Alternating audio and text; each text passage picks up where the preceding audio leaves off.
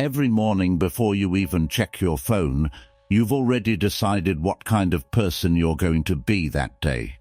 Most people never realize they're programming themselves with the very first sentence they say inside their own head.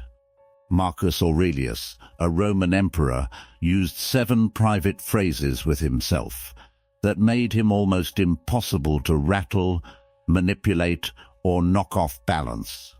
Today, you're getting all 7.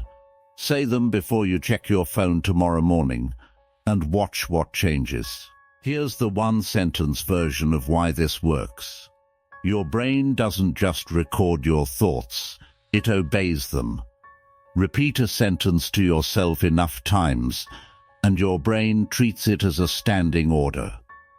Say, "I always mess this up," for a year, and your brain builds a fast, automatic road straight to that conclusion. Psychologists call this a neural pathway. Basically, a mental shortcut that gets stronger every time you use it. Here's what that actually looks like in real life.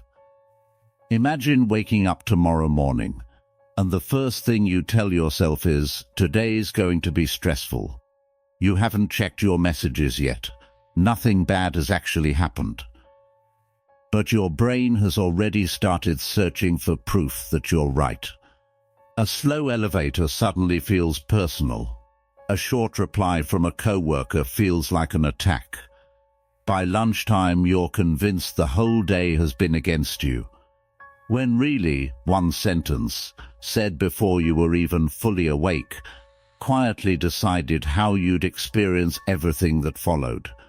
The Stoics didn't have brain scans, but they noticed the same thing just by watching themselves closely. Epictetus, who went from slave to one of Rome's most respected teachers, said it plainly.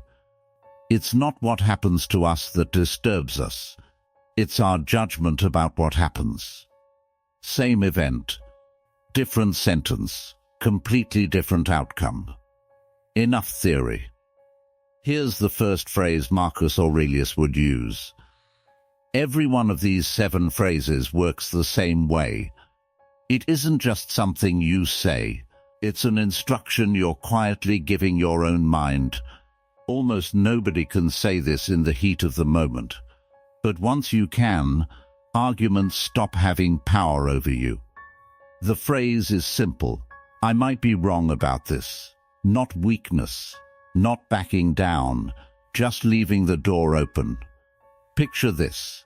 Someone challenges you in a meeting, and your gut reaction is to defend your position instantly, even before you've actually considered theirs. That instinct feels like strength in the moment. It's usually just ego moving faster than your judgment. Marcus Aurelius wrote himself reminders about exactly this. That if someone can show him he's wrong, he should change his mind gladly, because the goal was truth, not winning.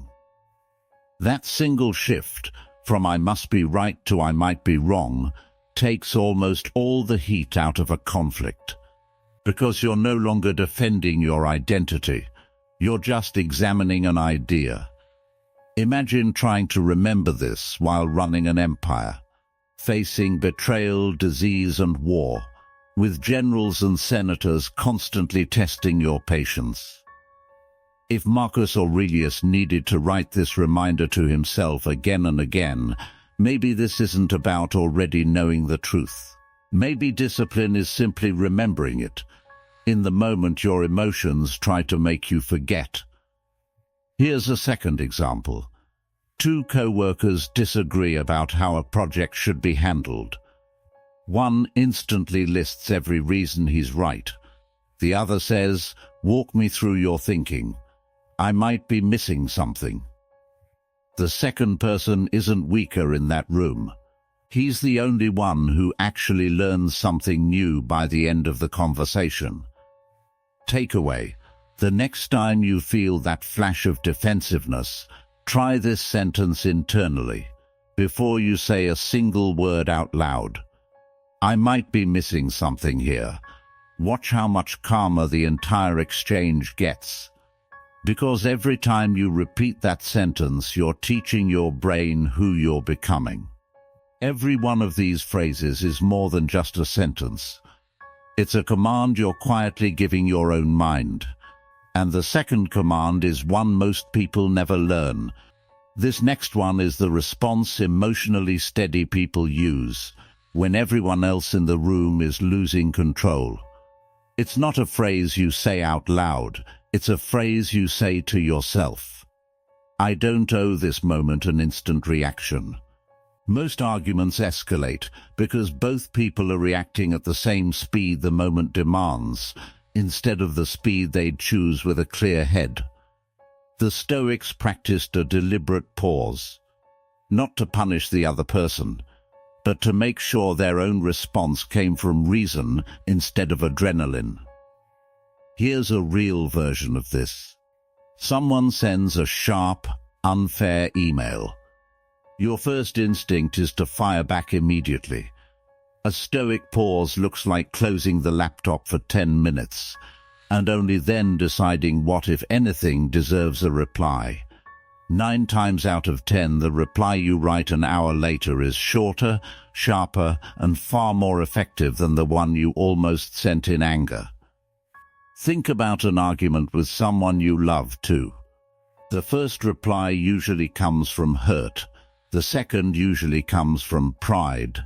But if you wait even 10 minutes, a third response often shows up. One that's calmer, clearer, and far less damaging than either of the first two. That third response is the one the Stoics actually trained for. Remember this. Takeaway: silence isn't avoidance, it's a filter.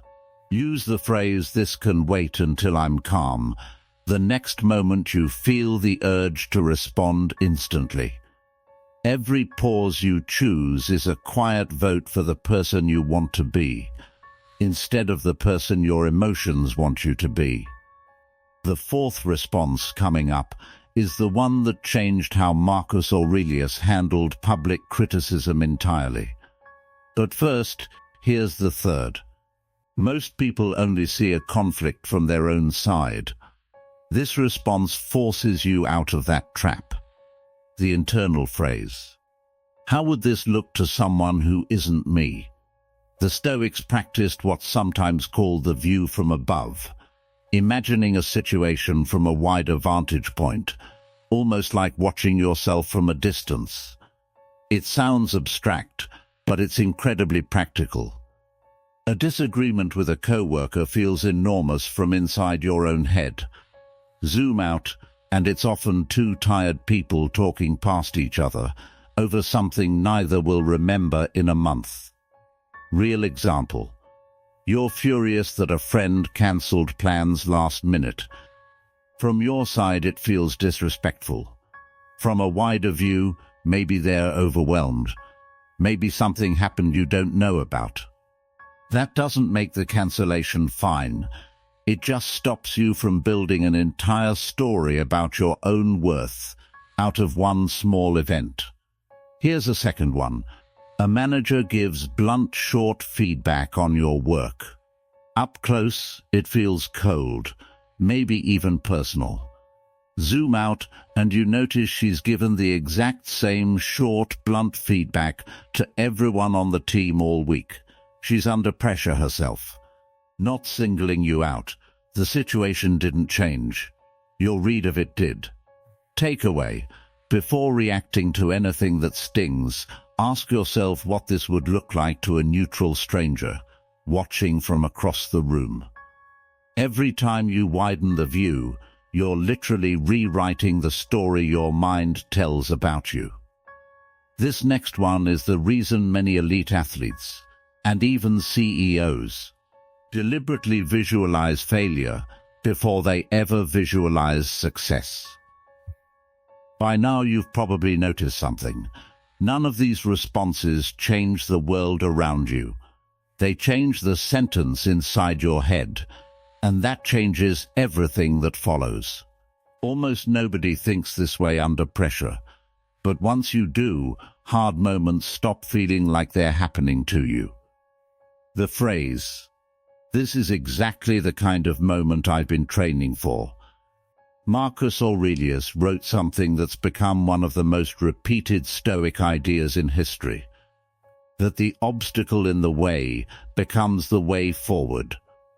Not because obstacles are secretly good, because your response to them is where your character actually gets built. Think about what it must have taken to actually live by that. While ruling an empire during a plague, with wars on multiple borders and people around him plotting against him, if he needed that idea to hold up under that kind of pressure, it was probably never a comforting slogan. It was something he had to actively choose to believe, over and over, on the hardest days. Picture losing a client you worked hard to land. The event is a genuine loss, no pretending otherwise. But it's also the exact situation that forces you to fix a weakness in your process you'd been avoiding for months. Both things are true at the same time. Here's another version of this. Someone gets injured right before a competition they trained a year for. The setback is real, and it's allowed to hurt. But it's also the forced rest that finally lets an old, ignored issue heal properly. Something that never would have happened if the competition had gone as planned. Here's the mistake most people make. They treat the setback and the lesson as opposites, so they only ever feel the loss and never receive the training. Takeaway: the next time something goes wrong, ask, what does this force me to get better at, instead of why is this happening to me? Every obstacle you talk yourself through becomes one more brick in the person you're building. Before I show you the fifth phrase, let me ask you something. What's the one conversation you've been avoiding because you don't know how it'll go? Remember, none of this is about controlling what happens to you. It's about controlling the words you use right after it happens. The phrase, "I've already imagined this going wrong, and I know how I'll handle it." This comes from a Stoic practice sometimes called the premeditation of adversity. Deliberately picturing hard outcomes in advance, on purpose, not to feel afraid, but to remove the surprise from fear. If you've already mentally sat with the thought, what if they say no, the real moment, if it comes, doesn't hit you sideways. You've been there once already, calmly in your own head. Real example. Before a difficult conversation with your boss, spend 2 minutes picturing the worst version of it. The pushback, the awkward silence, the possible no. Then picture yourself staying level-headed through all of it. When the actual conversation happens, it feels almost familiar, because in a sense, it is. Here's another way this shows up. Before a big presentation, instead of only picturing it going perfectly, picture the projector failing, or a tough question you don't have a great answer for. Decide right now, calmly, how you'd handle each one. Most people who freeze under pressure aren't actually less capable. They're just facing a version of the moment they never once rehearsed. Takeaway: rehearsal removes panic. Before anything you're dreading, spend 60 seconds walking through the hard version first. Every rehearsal is you deciding in advance exactly who shows up when the moment actually arrives. Here's what most people never notice. The next response is the one that separates confident people from people who spend days criticizing themselves over a single mistake. The most dangerous conversations in your life aren't the ones you have with other people. They're the ones you repeat to yourself every day without noticing. This is the response that separates people who bounce back fast from people who spiral for days. The phrase, I made a mistake. That's not the same as being a failure. Most people's internal language after a mistake sounds like a permanent sentence. I always mess this up. I'm not cut out for this. That kind of language doesn't just feel bad. It actively reinforces the exact pathway you're trying to break, because your brain treats repeated statements as fact. Real example. You send an email with an embarrassing typo to your entire team. The spiraling version says, "Everyone thinks I'm careless now." The Stoic version says, "That was careless. I'll double-check next time." Same acknowledgement of the mistake. Completely different relationship to your own identity afterward. Here's another one. A parent snaps at their kid after a long, exhausting day. The spiraling version says, "I'm a bad parent." The Stoic version says, "I was exhausted and I reacted badly. I'll apologize and do better tomorrow." One sentence ends the conversation with yourself in shame. The other ends it in a plan. Takeaway.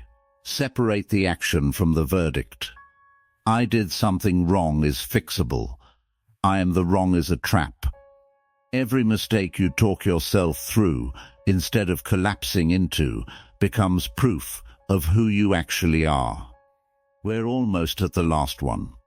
And it's the response Marcus Aurelius came back to more than any other, in his own private writing, when nothing else was working. One more phrase left, and it's the one that ties every other command you've learned today back together.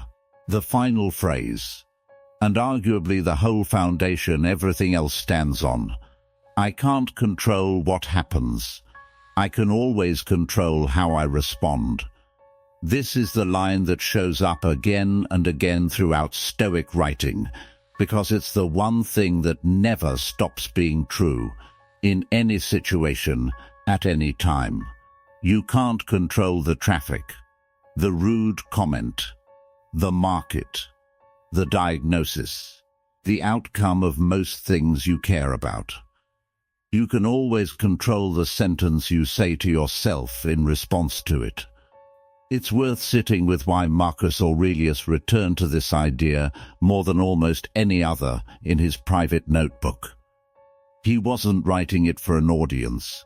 He was writing it for himself, on the nights he needed it most, which suggests that even the most powerful man in Rome had to remind himself of this constantly. It never became automatic. He just kept choosing it anyway. Real example. 2 people get passed over for the same promotion. One spends the next month telling themselves, "This proves I'm not good enough." The other tells themselves, "This tells me what I need to work on," and it's not the end of the story. Same event, same disappointment even, completely different next 6 months, because of one internal sentence. And here's a smaller, everyday version of the same idea. Your flight gets delayed 3 hours. You can't control that. You can control whether you spend those 3 hours furious at the gate agent, or whether you use them to read, rest, or work. The delay is identical either way. Your experience of it isn't. This changes everything. Takeaway. Whenever anything feels out of your hands, ask, what's actually in my control right here? And put your energy only there. And every time you choose that sentence, you're choosing, quietly, who you become next. Here's what all 7 of these actually have in common. None of them deny reality. None of them pretend things are fine when they aren't. They just change the sentence that comes right after reality hits. And that one sentence decides almost everything about what happens next. The next time someone insults you, disappoints you, or knocks you off balance, you'll have a choice. React like everyone else does, or respond like a Stoic. That single decision, repeated enough times, quietly becomes the person you turn into.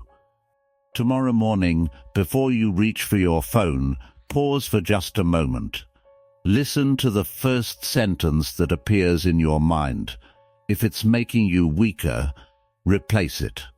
Right there, before it has the chance to shape anything else. Because that quiet conversation, the one nobody else will ever hear, has more influence over your future than most people will ever realize. Your life changes the moment your self-talk changes. Every great Stoic first mastered the conversation inside their own mind. Master your inner voice, and the outside world loses much of its power over you. If this helped you see your own self-talk differently, stay close. Hit subscribe, because on Stoic Virtus we break down one Stoic idea like this every single week to help you think clearer, react slower, and become someone even Marcus Aurelius would respect. The next video goes even deeper into how the Stoics actually trained this daily, not just understood it once and forgot about it. Turn on notifications so you don't miss it.